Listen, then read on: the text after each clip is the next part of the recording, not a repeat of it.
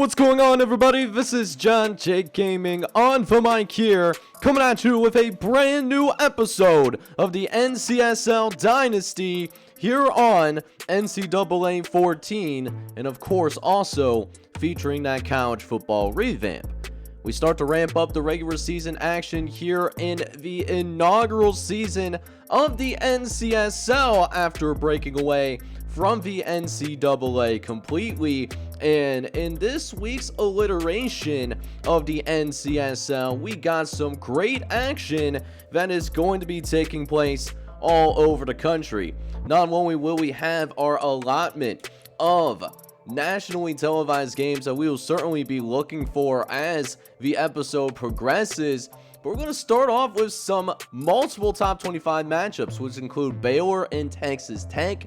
They're going to go at each other. That's actually going to be the first game in this episode. We're also going to see the Battle of Arkansas being included in there. That's a nice little top 20 matchup to definitely watch out for. Who is going to be maintaining that supremacy in the state of Arkansas? College game day going to Athens, Georgia. They're taking on the Miami Hurricanes, arguably one of the best teams in the country given how they have been playing.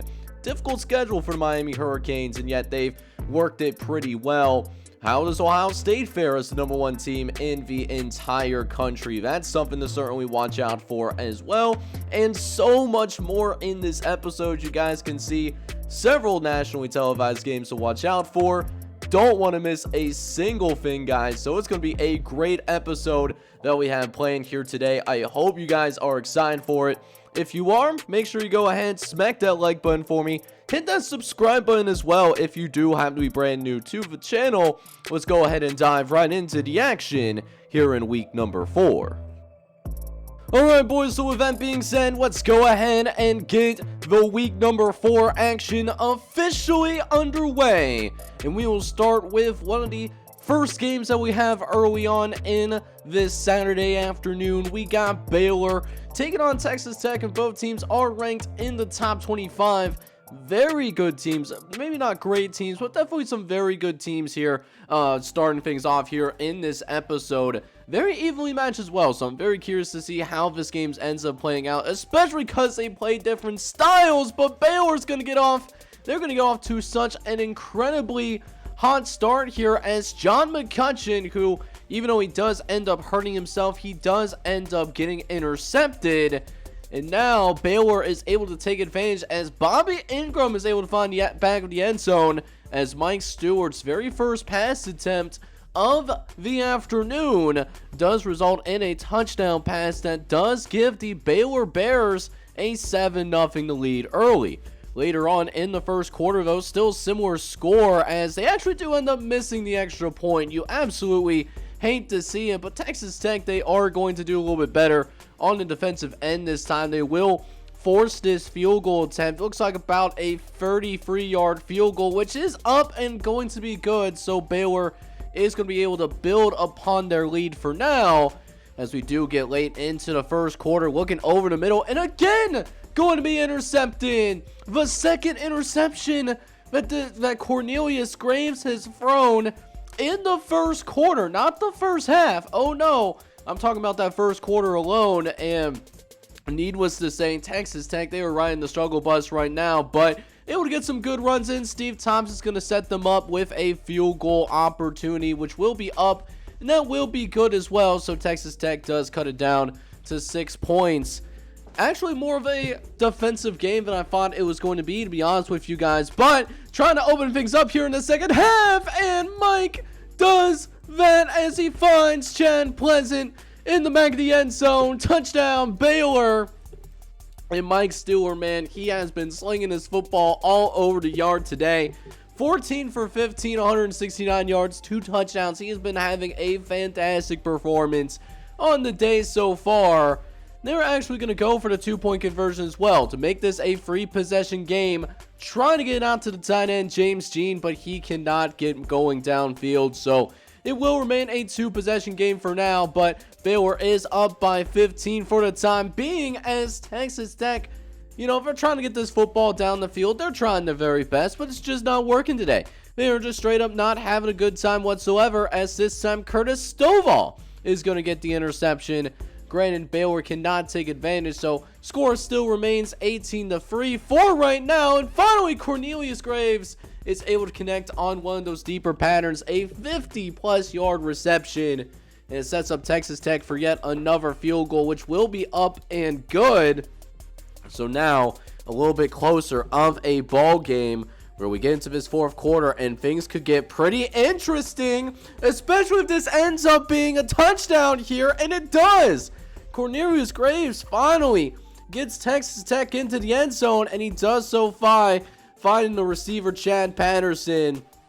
And all the time in the world, and just saw his guy wide butt naked open on the seam pattern, and of course he certainly did take full advantage of that. But they are going to go for the 2-point conversion right now. Definitely a controversial decision. Just an extra point would give it an 8-point game, and it's dropped. It is actually dropped, so it still remains a 2-score game. So now Texas Tech, they got to find the end zone yet again, and it looks like they will. Thankfully, John Van going to be able to find the back of the end zone.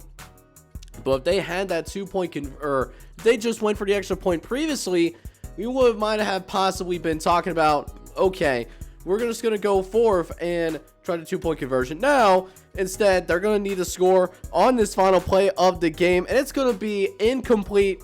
Anthony Frank is going to get it hopelessly down on the ground, and this Texas shootout, not the shootout that we've necessarily seen in the past, but Baylor is able to find a way to thrive and survive. Meanwhile, we jump into the rest of the games that we got later on in the afternoon. A little bit of a triple box, get things going as we start with checking out North Carolina, taking on the Bearcats of Cincinnati, who are still searching for their very first win of this football season thus far. But still a slow start here for the Tar Heels. Do not see a lot of scoring early on. Really only a 6-0 lead here at one point, but the scoring does start to pick up here in the second half, however, as they will get Cole Hunter into the end zone. First red zone touchdown of this rainy afternoon, and it gives North Carolina their biggest lead that they've had in the first half. As we do end up with our very first studio update of this episode, though, we got San Jose State going on the road to take on the number 17 ranked Utah Utes, and Utah, they might be in some trouble early on, as the San Jose State Spartans, well, they got a 10-point lead going into halftime. Meanwhile, in the second half of our game, as the Cincinnati Bearcats trying to rally from 2 possessions down, looking for that first win of the season, like I said earlier, well, they are going to ride Jonathan Moore, able to get them to about the 12-yard line. We'll see if they stick with the ground game. Looks like they do. And Keefe gets an 8-yard run on the carry. That's his biggest run of the day. He's been bottled up for the most part. But we'll see if they can get him into the end zone. They call a toss play over to the left-hand side. And Keefe is able to run away from the North Carolina defense in a very close game, such as what we see in the San Jose State and Utah game. Yet another studio update as Utah does score, so it looks like they will be going into the end of the first half down by a field goal, but good thing for them, they are at home. It was a tough environment to play in. So we jump into the fourth quarter of action now as North Carolina tries to seal the deal to get to 2-1 on the season. Quarterback is going to take off. It's going to break away from a tackle, and Brian Reese, oh my goodness, he just stiff arms a defender into the next dimension. That is some big time running, and the Tar Heels are going to go for the 2-point conversion attempt, and it is no good. They actually do not get the 2-point conversion, and we might have another brewing story across the country. San Jose State and Utah, you saw them earlier in this particular game. They went to the lead at the half, but here we are way in the third quarter, still having a 10-point lead. Would be a shocking upset.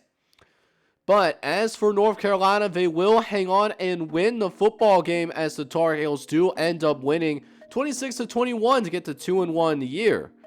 As for Southern Miss taking on Eastern Carolina, a little bit of a rivalry game, as the Golden Eagles are off to a pretty solid start so far, getting the 2-0 to get things going. But you never know what could happen in these rivalry games. Rivalry games, when there's just a little bit more passion involved, you can get some more crazy results. You never know what can happen. So we'll see if Southern Miss takes Eastern Carolina for granted here on national television. And it looks like Southern Miss is not doing that. They got a 10-0 lead here early on. Eastern Carolina, however, is starting to try and manufacture a drive so that they can go ahead and get themselves on the scoreboard for the very first time today. But facing a 3rd and long, though, they actually throw it short. However, Adam Holmes is able to find his way to the first down marker, and on his first catch of the day, keeps the drive alive for the Pirates, and they really needed that, as it does eventually lead to a Matt Hayes touchdown on the ground. So could be a very, like I said, rivalry game. Rivalry games are always an interesting animal. In Eastern Carolina, they are certainly fighting back right now, and it's still actually a very tight game going to the last few minutes of the first half of Southern Miss trying to get it into the end zone yet again, this time with inside 2 minutes left. They call a toss play out to the right hand side, and he's got green grass for Vincent Burton, who finds his way into the end zone. Touchdown for Southern Miss. In Eastern Carolina, they'll try to keep up, but they'll have to settle for a field goal attempt. Still could go either way, as it's just a 1-possession game at the half. However, we jump into the second half of action, and points are a little bit harder to come by. That was actually the only field goal that we saw happen in the entire quarter. So Eastern Carolina does temporarily get it to a 4-point game, but Southern Miss's kicker, he does come through in the clutch, get it back up to 7 points, so that if Eastern Carolina is going to force overtime, not only will they need the touchdown, but they'll also have to get the extra point as well. Extra points, of course, not always guaranteed, even though many college kickers can hit their extra points pretty well. But Southern Miss, they do hang on and win 27-13 as they get to a 3-0 start to start the season. And of course, we have a great battle for Arkansas as of right now. Arkansas versus Arkansas State. They're playing each other at Arkansas State, both in not only the top 25, but in the top 20. Arkansas is ranked number 19 in the entire country, whereas Arkansas State, they're ranked number 20, and they're coming in 3-0 as well. They had to do a little bit more work to get some respect from the AP poll. Arkansas being a little bit more well-known of a program than maybe an Arkansas State is, but very defensive game early on here in the state of Arkansas. Arkansas only up 3-0, and you can see that defense on full display here. Actually possibly can take this to the distance, but he got a little bit hung up on a couple of his guys while trying to manufacture that return, and Arkansas is able to get a field goal out of it. But we finally see our first touchdown of the game with less than 5 minutes left, and it actually gives Arkansas State their very first win of the game. Just a little bit of a wide receiver screen that gets just enough to get into that end zone. So now Arkansas State has the lead, and they got a chance to possibly win this game, but Arkansas has something to say about it, though, as Sonny Hombre able to find the end zone for a touchdown. They will end up taking a delay of game penalty, but in spite of that, they actually will go for the 2-point conversion still. This would make it a 7-point game, but it fails. It actually does fail. So Arkansas State now, if they can score a touchdown, they can win this game, get to 4-0. That's what's on the line as of right now. But Wayne Brantley throws a very solid football, and his receiver fumbles the bag. He drops it. And if Arkansas scores here, they're going to be in some big trouble. And sure enough, Carl Murphy is found in the back of the end zone. That's Michael Motley's second passing touchdown of the afternoon. It just had plenty of time. So not a really close game. Well, it was a close game, but not really the most offensively gifted game, I meant to say. But Arkansas, they're able to get this big win, getting to 19-7, whereas Arkansas State loses their first game of the year. So now we jump into another triple box as we have multiple top 25 teams in action, most notably Miami and Georgia, which is actually where College Game Day is taking place here in week number 4. But we'll check out a couple of other games on the West Coast. We'll start with Oregon, who's ranked number 8 in the country. They're taking on the Stanford Cardinal, who's feeling pretty good. Their last game, they're coming off a win against Oregon State. Oregon State could be one of those teams that possibly could be ranked in the top 25 at some point, but has not happened yet. But Oregon, they're going to be rolling here early. They're not going to fall into the same trap that Oregon State fell earlier in the season, as the Oregon Ducks do take a 10-0 lead. But with less than 2 minutes left to play in that first quarter of action, we do end up seeing Oregon. They will give up a field goal. So it really is just a one-possession game. But then Stanford, they drive down the length of the field yet again. And they're all of a sudden they're just a few yards away from tying this game up against the number 8 team in the entire country. Granted, Oregon offense is playing pretty well. Stanford, they're doing their thing too. Got to give their flowers when that credit is due. And how about Matt Rouse able to keep the football and fight his way into the end zone? That's a touchdown for the Stanford Cardinal. All of a sudden, this game gets very interesting. And now, dare I say it, Oregon, they might be on upset alert right now. Look at that score. Oregon is down by 7 points. Stanford got a big touchdown run. So here's Oregon trying to drive down the field. 2 minutes left to play. They got a big play themselves, so could be a touchdown. And Jeremy Brown marked down inside the 5-yard line. And now it's Oregon trying to respond, and they do, courtesy of Jeff Brady, one of the running backs on this roster. And we got ourselves a tied ball game with the potential of this going into a shootout.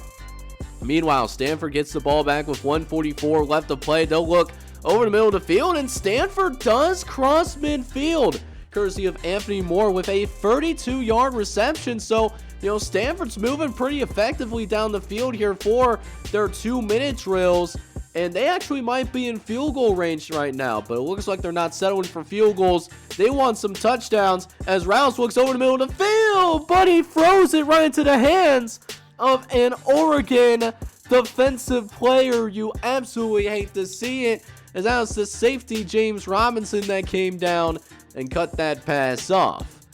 But now we jump into the second half of action. It looks like Oregon, well, they're starting to try and take control here a little bit, as the Oregon Ducks are able to take the lead. Remains a pretty close game in the fourth quarter, but like I said, in that second half, we really do start to see the difference of the depth charts, frankly, show between the Oregon Ducks and the Stanford Cardinal. Oregon just has a deeper football team right now, as Jabari Turner does run into the end zone. So 2-score game, they should be good there. But before we check the final score for that, we get another studio update from San Jose State and Utah. Utah in some very deep trouble now, as they are losing by 13, and there's only 9 minutes left in that ball game. And like I said, Oregon does hang on to win this football game. Oregon, they do end up winning by a final score of 41-27 to remain undefeated. Now, UCLA, they come in ranked number 4 in the country, but this is really the first time that we have seen them on national television. Their first games were not nationally televised, regionally televised maybe, but certainly not nationally televised. So this is why it makes it the first game that we have seen UCLA actually play in a non-simulated manner, and they're taking on a solid Washington State squad. They're not ranked, but they're 3-0. They did score a top 25 win at the time in West Virginia. Able to go on the road and beat them in overtime too. So could be the definition of a trap game that cannot be taken for granted. And Washington State, they're playing hard right now. Second and goal for them as they try to take the lead, and they do, with A.J. Marshall in the back of the end zone. Now UCLA, they're down by a field goal all of a sudden as they dump it off, trying to fight their way into the end zone. And Rob Townsend does provide that answer, as Ryan Jude does get his second touchdown pass of the day. However, that might be the moment where UCLA starts to pull away, as it now becomes 21-13. as UCLA trying to shut the door and shut that door quickly as Jude's going to pitch it out to the left-hand side. Got some blocking assistance and able to pick up a first down for the UCLA Bruins, courtesy of Jake Cook. And it does lead to a goal line situation, who goes back to the tailback. Childress looking for a hole and eventually finds that hole, gets his way into the end zone, and it's another touchdown for the Bruins. And all of a sudden, Washington State, if they want to start mounting a comeback, they're going to have to do it right now, and that would certainly help them. David Pierce able to get into the red zone for the Cougars inside the 5-yard line, matter of fact. So they don't have to ditch their entire playbook, or at least most portions of their playbook, at least not yet. Although it will be interesting to see if Washington State, do they opt to go for the 2-point conversion? And it looks like they do. They are going for that 2-point conversion. We'll see if they can pick it up. And no! Clayton Harden is going to be denied. He will actually be denied. So UCLA, they can still slam the door shut if they run it well enough. And it looks like Blake Childress, he's trying to do exactly that. 19-yard rush. That was only his 4th carry of the day, so he came in relatively cold there. That was a big moment for UCLA as they'll go back to Brent Childress over on the left-hand side, and that's a touchdown for the UCLA Bruins.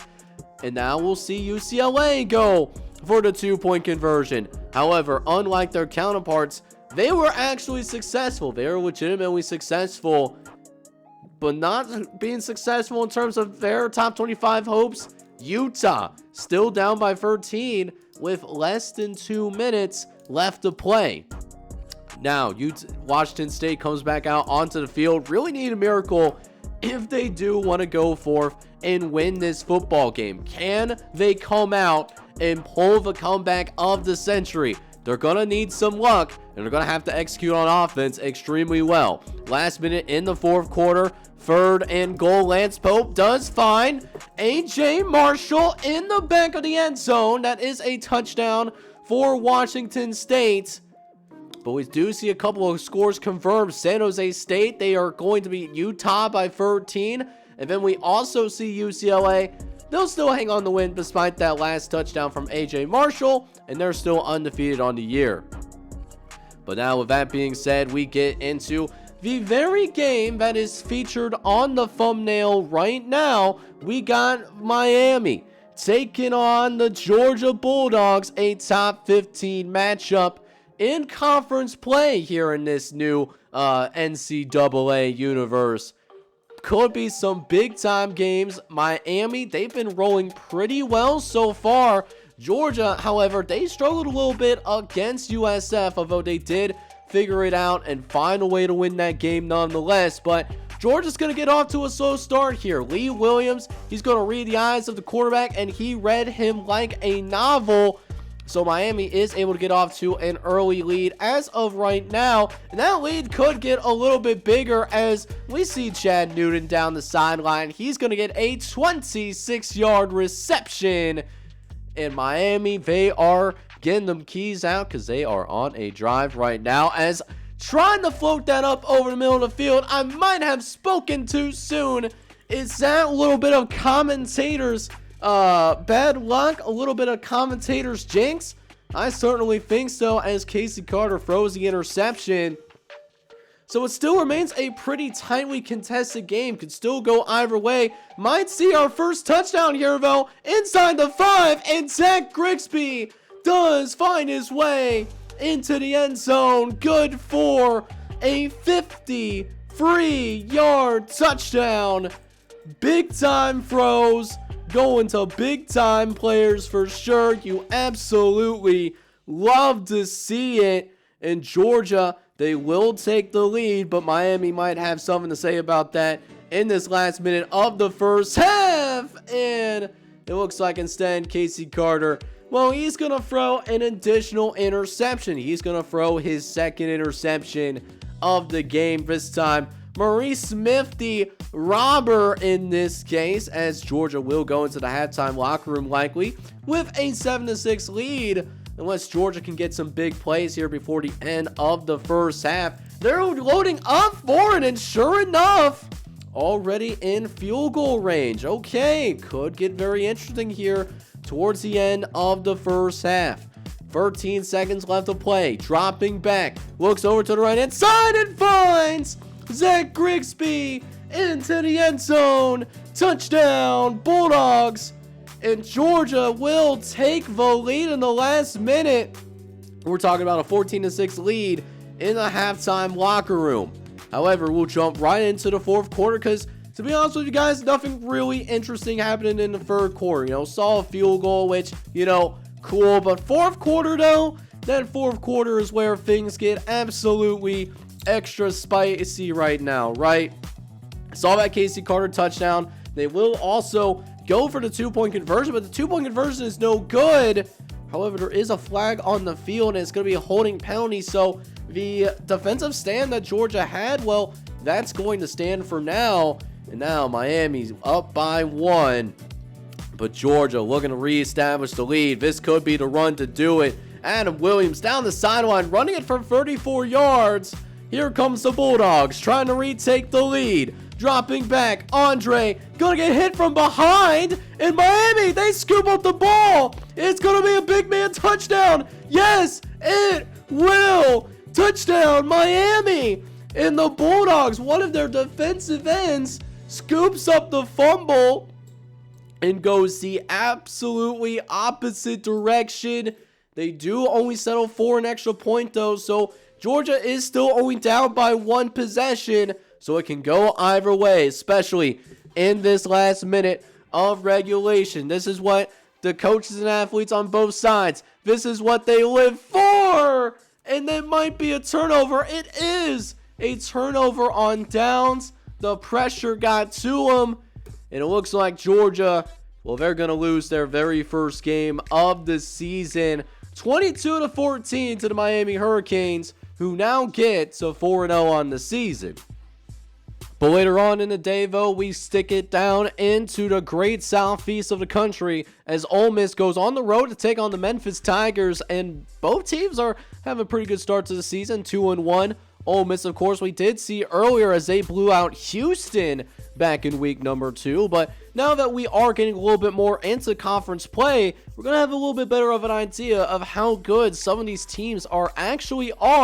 Like, are they actually legit teams that could maybe compete for a national championship or a major bowl game, or were they beneficiaries of a weak non-conference schedule? We're going to find that in a lot more in the upcoming weeks, but Ole Miss, man, they might actually be legit here. I'm not going to be lying to you guys.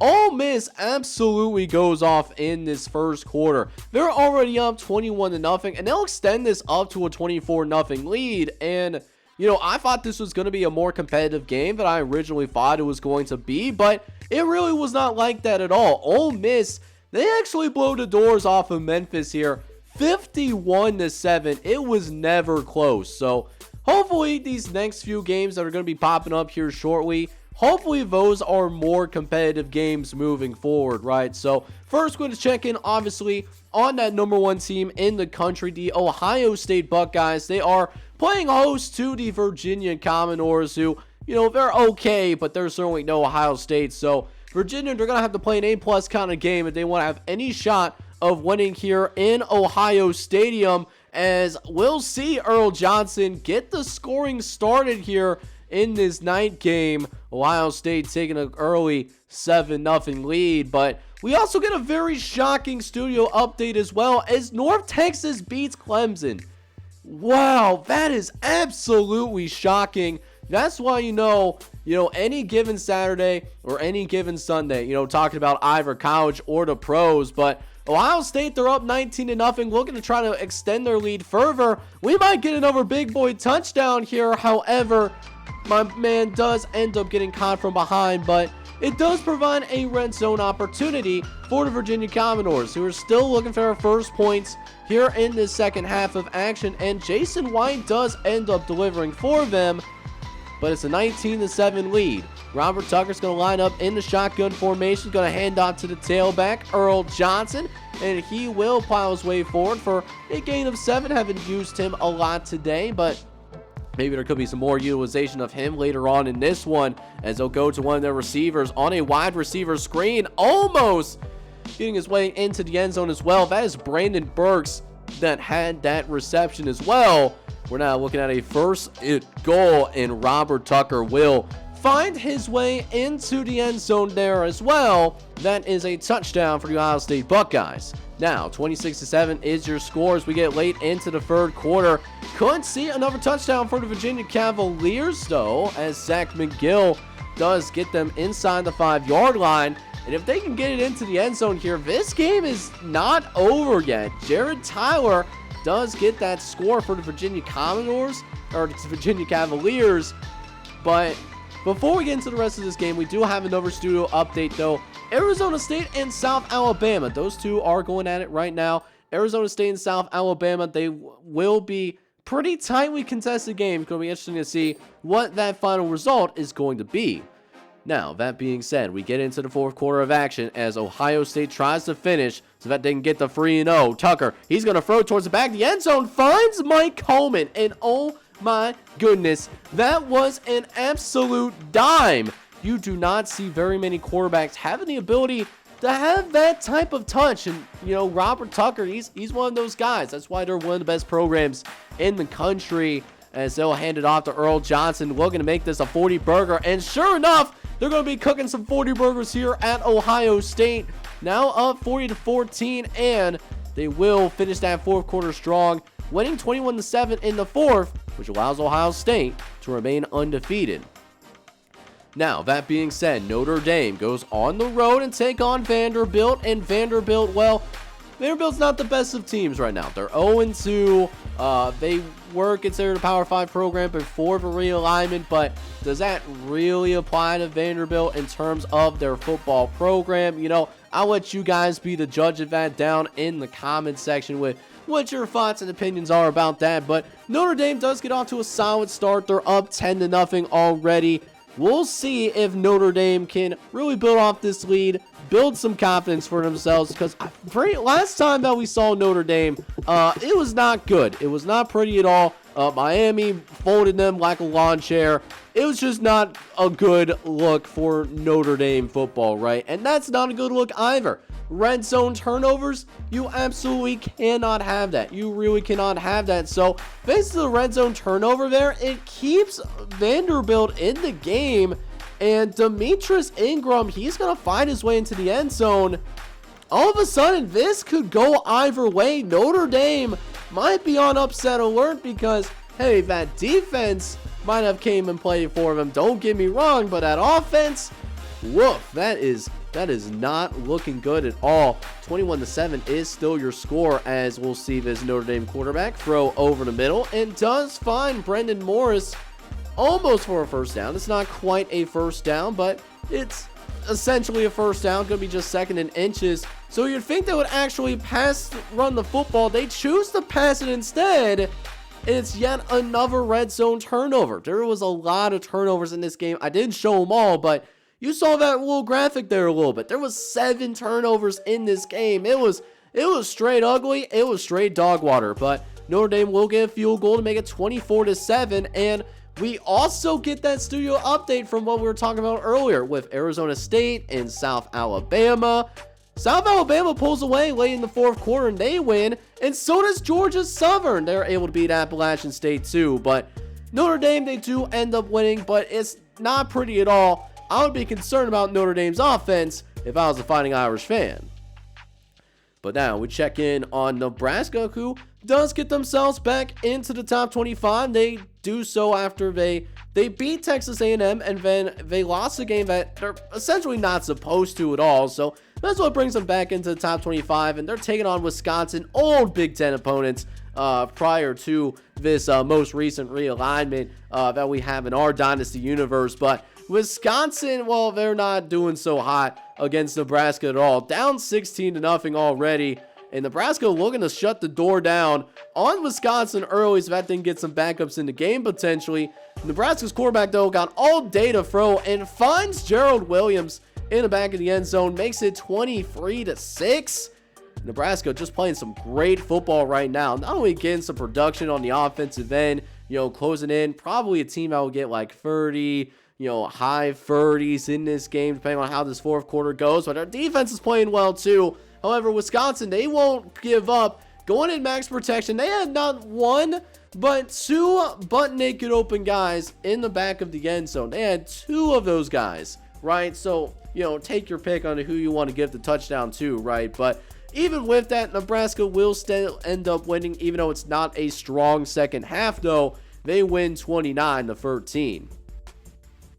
But with that being said, we only have a few more games left in this episode, and there's some good teams playing like LSU, Alabama, and Charlotte's in the top 25, but I'm really excited about this Washington USC game that we're going to see later on, so a lot of good action here in order to end this episode. But first, we'll check out the other games before we go into what, in my opinion, should be the NCSL game of the week here in week number 4. We'll start with Maryland taking on West Virginia, a little bit of a older rivalry game that hasn't been as active in recent years as other rivalry games, but make no mistake, these two teams, they certainly do not really like each other whatsoever, and it shows with how Maryland starts this game. Maryland wanted to start off strong, and they do exactly that, getting off to a 14-0 lead against West Virginia. But West Virginia does end up finding the board thanks to their kicker having an absolute leg, really trying to embody what Pat McAfee was back when he was at West Virginia back in, I believe it was the 2000s. But West Virginia, they are trying to make this a one-score game, and they're just a few yards away from doing absolutely that, and they do, as Chad Williams is able to find the end zone. That is a touchdown for the Mountaineers. And this is the one that West Virginia needs to win. You don't want to start 1-3. That's the last thing you want to do. Looking over the middle, though, trying to tie this game up in the fourth quarter. Oh, that could be a problem. That could be an absolute dagger as Reggie Woods throws an untimely interception. It allows Maryland to actually march down the length of the field, and now it's back to a 2-score game again. They're back at square number 1. Thankfully, the Mountaineers do end up scoring quickly as Reggie Woods does get his first touchdown pass of the ball game. And now we're looking at 1st and goal for the Mountaineers. In order to tie, Chad Williams able to throw a defender off his back. Now looking at 3rd and goal. What will the Mountaineers do? They'll try to pass. Looking over to the left-hand side. It's intercepted. It's intercepted, and ain't nobody gonna catch him. There's only one man on the screen, and there's not enough time to cover the distance. Touchdown, Maryland. That is essentially a 100-yard pick 6. Oh my goodness, and that clinches the rivalry game victory for the Maryland Terrapins as they do win by that score of 31-17. Meanwhile, for Charlotte, they come in ranked number 21 in the country, and they are taking on the South Carolina Gamecocks. South Carolina Solid Squad 2. They're at 2-0 as of right now.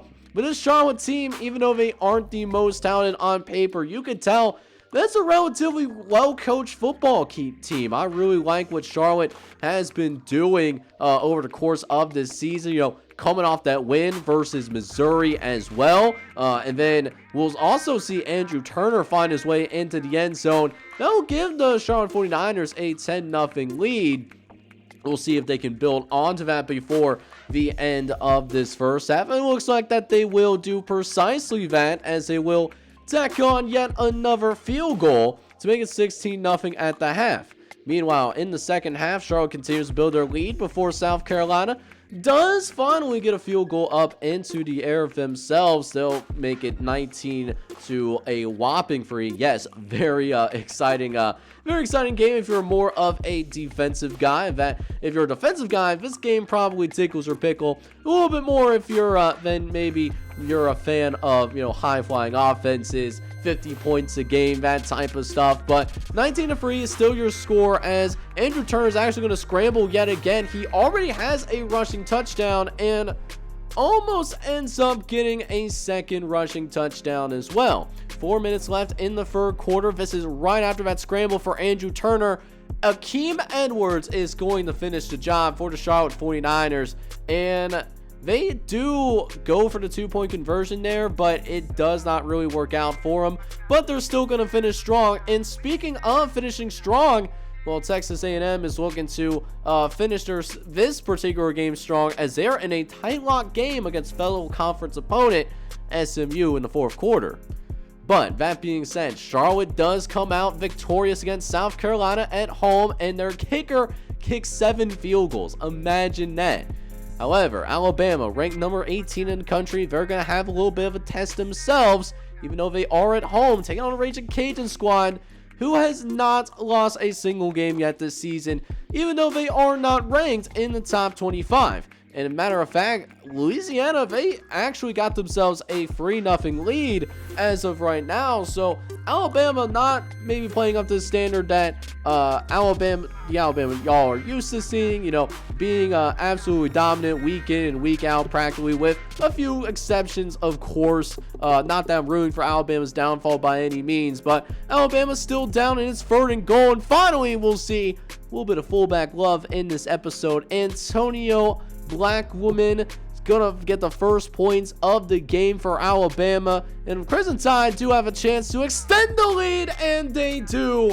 Ryan Steffens able to catch a rocket of a throw from Curtis West. Touchdown Crimson Tide, and it'll allow the Crimson Tide to pull away a little bit more. Jumping into that fourth quarter of action, Curtis West looking to pad the stats a little bit, as they don't need the score here, as Raging Cajuns, they do not have any timeouts, so they are not going to be able to really stop this clock. But maybe Alabama will. I don't know. Style points do certainly matter in this beautiful game that is college football. Matters more than really in any other sport. Even in the college world, you don't see style points emphasized nearly as much as it is in college basketball or in college baseball, those kind of men's sports. But Alabama, they do end up winning 28-11, and the Raging Cajuns, they actually lose their first game of the year. But with that being said, LSU will now take the field as they're taking on a fellow in-state conference opponent. They're taking on the Louisiana Tech Bulldogs. Louisiana Tech having a good year, 2-1 thus far, but they're going to look for a big-time upset against LSU, who did start out as the preseason #1 team in all of college football. And right now, Louisiana Tech's defense, they're doing its job. They might be bending, but they're not necessarily breaking right now either, right? They're not allowing them to get into the end zone. Yards are being allowed for sure. That is 100% accurate with all the red zone opportunities that we are seeing. But, 12-0, you can come back from this. This is not a big, grueling deficit that you have to hope and pray you can come back in. It's a very reasonable deficit, but then the fourth quarter happens. The fourth quarter happens for LSU, and then LSU really starts to take off. Anthony Williams, letting the people know here at Louisiana Tech Stadium that he is certified him. He really is that guy. And LSU, they do end up putting up nearly 600 yards of total offense, as they do end up pulling away from the LT Tech Bulldogs. But now, the moment that you have all been waiting for, we got the Washington Huskies, ranked number 11 in the entire country. They are taking on the USC Trojans, who are number 2 in the nation, and that's going to have big conference impact. This could be a game that we see in the conference championship game over in the Pacific Northwest. As you can see, both the standings for the Northwest Division as well as the Pacific Division within the Pac-12 Conference. These two teams can play. These two teams can definitely play. This conference is actually pretty difficult as well. So every conference win does certainly matter. And Washington getting off to a strong start here. Willie Upshaw able to intercept Warren Williams. Not only intercept the man, he's going to be able to take him right back to the crib. And that's even with a little bit of cheese by that USC guy just coming out of nowhere, almost getting that tackle at the very last second. But USC, they are now down 7-6 as they'll look to try to rebound here in the second quarter. Looking over to the left-hand side, got a receiver down the sideline, and Ryan Burley is eventually brought down.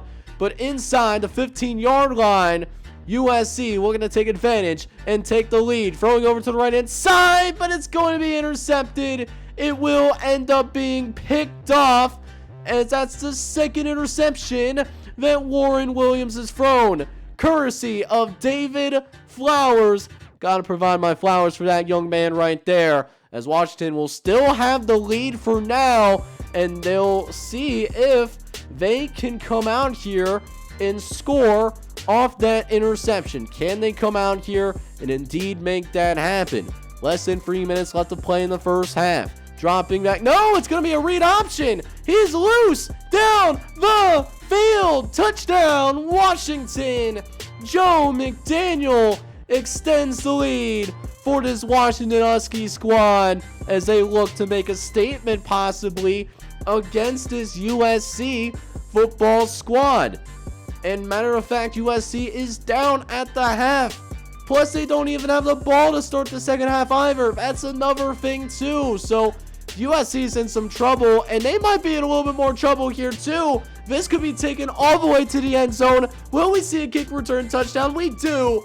And that is why when I show special teams, something special, man. Something special is about to go down, and we certainly saw that there. 21-6 now your score. How about this Washington squad? They are really coming out here and making a statement in this football game. Adrian Nichols gets a really good carry as well. His third carry goes for 25 yards. Then we have the third and long as well. It's Joe McDaniels. Looks over the middle of the field, finds his guy, and it's another touchdown for the Huskies. This time it's Brandon Turner find his way into the end zone. And while Joe McDaniel has not thrown the football very much at all, that was only his 13th pass attempt of the entire ball game. He's been effective when he has passed the football. He's been very efficient. Has not made a lot of mistakes, unlike Warren Williams, who did make quite a few mistakes. He will get a rushing touchdown. They'll try for the 2-point conversion. I don't think it's going to work out for him, though. But Washington, they hand USC their very first loss of this football season, as the Washington Cougars, they win the NCSL Game of the Week. They win by a final score of 28-12 to wrap up the week number 4 action. But now that we've made it through all of the nationally televised games here in week number 4, let's check out some of the regionally televised games as well as other scores around the country that we didn't get a chance to either watch or get a studio update from. For example, Purdue went up against TCU, and TCU still searching for that first win as they are blown out by the Purdue Boilermakers 38-7 in order to get back to 500. As for the California Bears, they continue to roll through this season. They're now going to be ranked in the top 15 as they're now 4-0 after a 42-7 victory over the Hawaii Rainbow Warriors. As for the Marshall Thundering Herd, they are also going to win big on the road as they take down the Ball State Cardinals 45-14. Ball State still searching for their first win, while Marshall also gets back to 500. Meanwhile, for Virginia Tech, they are now 2-1 after a 38-6 victory over the Toledo Rockets, building some momentum going into conference play. But the Navy Midshipmen, they are a team to watch out for moving forward. They blow out Boston College 45-10 to start their conference action. And Navy's victory was so impressive that they are now number 21 in the country. But one team to also watch out for is Central Michigan. They're off to a 4-0 start. And they also blow out the Kansas Jayhawks on the road, winning 37-7. In spite of that, the Chippewas are still not ranked. Texas A&M also had the pleasure of taking on SMU at home to get things started in the Southwestern Conference, and Texas A&M does handle SMU 41-20. So this is now what the top 25 is going to be looking like as of right now. Again, not too many newcomers and teams that are jumping out of the top 25. Do have a couple of other changes though. Miami does move up a couple of spots though. Michigan moves up 1. Penn State moves up 1 and is now receiving first place votes as well. LSU and Oregon also move up 1. Washington, however, with their impressive win over USC, they're now up 3 spots to number 8, and that allows them to move ahead of USC, who moves down 7 spots. As for Texas A&M, Notre Dame, they both move up a couple spots after their respective wins.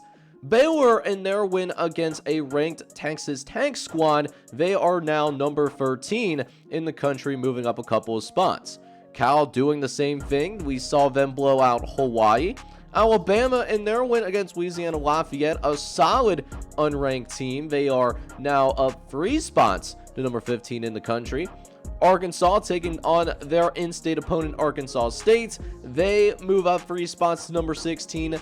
Georgia moves down 3 spots after a loss on the road to the Miami Hurricanes. Charlotte, however, they move up 3 spots to number 18 as they beat South Carolina on the road as well. We do also see Nebraska. They end up winning on the road, and they are winning by up to 4 spots.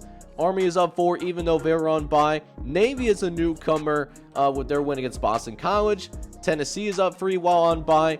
Arkansas State, though, gets to stay in the top 25 in spite of that loss to Arkansas. So that's interesting to see.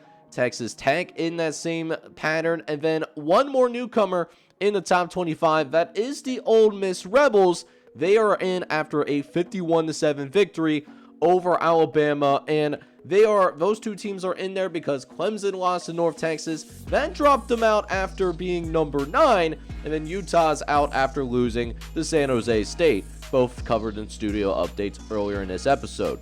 But we do have quite a bit of a Heisman update as well, as we do have a new frontrunner as of right now. Jeff Sanders, the running back from Miami, he's on here now after their win. He managed to get 148 yards of total offense. Will Flores up here too. He came in, had a great game against Stanford. Dude balled out today. He had over 300 yards of total offense himself. Justin Triplett, he does end up dropping to 3rd place. They were on bye this week. Anthony Williams, after they had some struggles against Auburn a couple weeks ago, he's really helped his team bounce back, and he had 3 total touchdowns against Louisiana Tech. And then Billy Pugh enters the Heisman picture as well. He had 150 yards on the ground in their win against the Hawaii Warriors. Meanwhile, this is what your NCAA Players of the Week are going to be. Starting on the defensive side of the football, we saw Eric Sims go to work playing against the Washington State Cougars in what was an exciting game. UCLA does pull it out, though. Had a pretty good performance. 3 TFLs, multiple sacks, and also was not only able to force a fumble, but also get a fumble recovery. So a nice play for the senior defensive lineman. However, on the offensive side of football, the NCSL Player of the Week is going to be the senior redshirt running back from LSU and Jelani Williams, who made more of an impact catching the football. He had 8 catches for over 200 yards and 3 touchdowns through the air as well, not to mention his typical work on the rushing ground game. He had 28 carries for 118 yards as well. So over 300 yards of total offense for Jelani Williams, and it is a much-deserved opportunity to be the NCSL Offensive Player of the Week. But guys, that is going to wrap things up here for week number 4 of the NCSL. We're starting to get to a point where about a third of the way through this inaugural season, we have had our fair share of shocking results. And as we all know, college football, any given Saturday, that's what it's all about. In next episode, we're going to have some good battles. We're going to have multiple top 25 matchups. Definitely going to have the America's game. Definitely got to see that. Definitely have to see how these other top 25 teams react. Going to be a lot of good games out there in the next episode in general. And I hope you guys are really excited for it. And if you are, make sure you go ahead, smack that like button. Hit that subscribe button as well. If you do have to be brand new to the channel, this is John J. Gaming on the mic signing off. Hoping you guys are all out there having a good one. Take care, everybody.